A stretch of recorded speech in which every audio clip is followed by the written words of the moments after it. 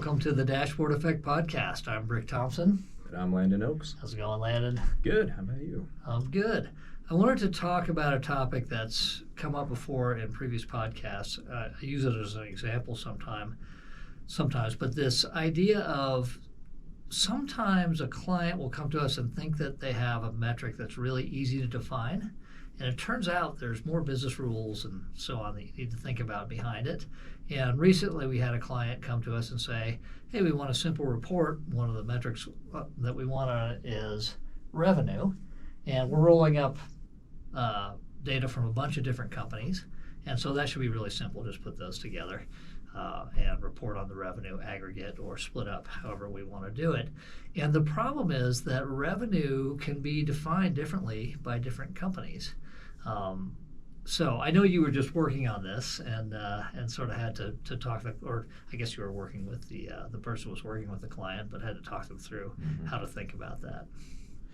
Yeah, it was essentially the big thing with that is I had to make sure that they understood it's going to be a discovery process every time.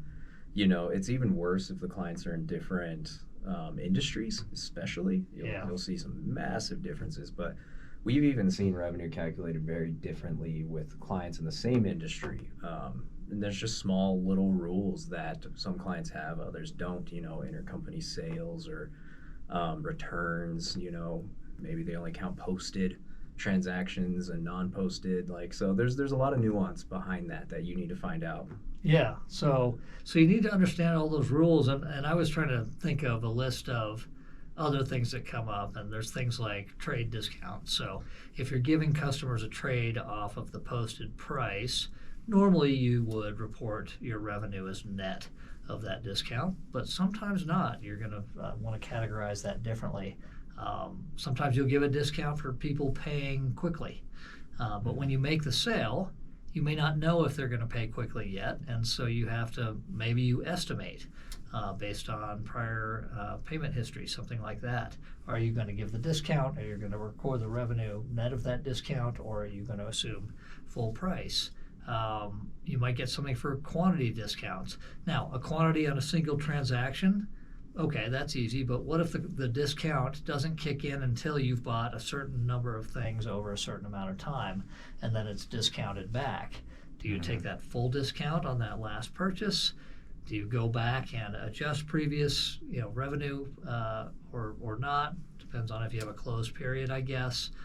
You could have the same thing with seasonal discounts. Someone buys something, but maybe they didn't take delivery until after the season. How do you want to handle that? Loyalty programs can be difficult because maybe you're giving people points for buying stuff, and then they're going to go ahead and redeem those points to buy something else. So do you reduce the revenue when you gave the point by the amount of the point, expecting that you'll record that revenue later when they... Yeah. So you can see there's just lots of different things, rebates, on and on. And so it's not to say that we can't figure it out. We can. We can figure it out. We've seen 100 different versions of this. But you do have to take time. I've even seen where a CEO of a company was defining it one way, the CFO was thinking of it differently, and the head of sales was thinking of it differently. And if you have a single report that they're all using, there has to be an agreement on how they're going to do it.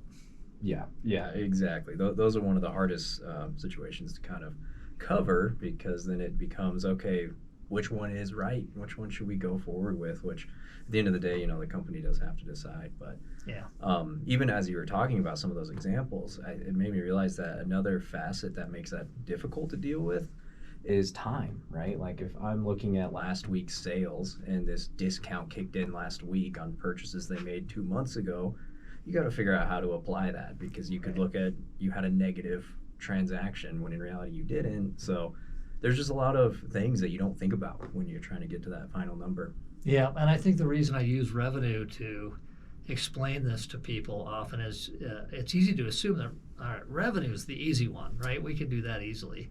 You might think, well, cost of goods is harder. We have shipping in there. Do we have software costs we want to apply to that?